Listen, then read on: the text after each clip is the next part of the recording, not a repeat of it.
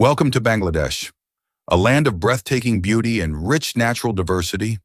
From lush green landscapes to majestic rivers, Bangladesh is a country where nature thrives in all its glory. Our journey begins in the Sundarbans, the largest mangrove forest in the world. This UNESCO World Heritage Site is home to the majestic Royal Bengal tiger, alongside a unique ecosystem of plants and wildlife that can only be found here.